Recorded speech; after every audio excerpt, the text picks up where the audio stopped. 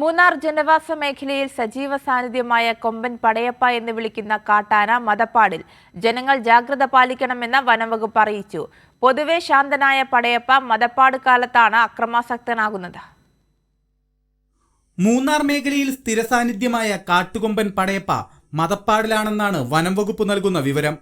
മൂന്നാറിന് സമീപം ഗൂഡാർവിള എസ്റ്റേറ്റ് നെറ്റിക്കുടി ഡിവിഷനിലാണ് മദപ്പാടിൽ പടയപ്പയെ കണ്ടെത്തിയത്. ഒരാഴ്ചയായി വിനോദസഞ്ചാര കേന്ദ്രമായ മാട്ടുപ്പെട്ടിയിൽ കറങ്ങി നടക്കുകയായിരുന്നു പടയപ്പ. 3 ദിവസം മുൻപാണ് വനം വകുപ്പ് ഉദ്യോഗസ്ഥർ വനത്തിനുള്ളിൽ പടയപ്പയെ കണ്ടത്. തുടർന്ന് RRTയുടെ 2 ടീമും വെറ്റിനറി ഡോക്ടറും പടയപ്പയെ നിരീക്ഷിച്ചു വരികയാണ്. പടയപ്പ മദപ്പാടിലായ സാഹചര്യത്തിൽ ജനങ്ങൾ ജാഗ്രത പാലിക്കണമെന്ന് വനം വകുപ്പ് അറിയിച്ചു.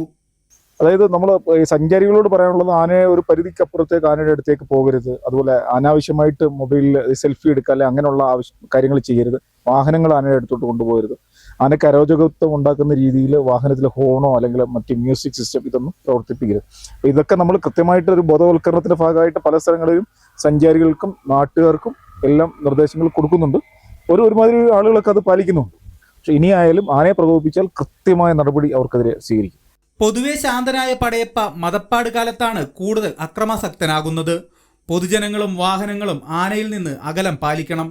ആനയുടെ അടുത്തേക്ക് പോകാനോ ചിത്രങ്ങൾ പകർത്താനോ പാടില്ല.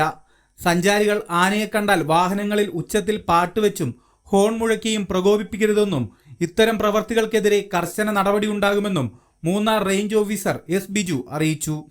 കൈരളി ന്യൂസ്, ഇടുക്കി.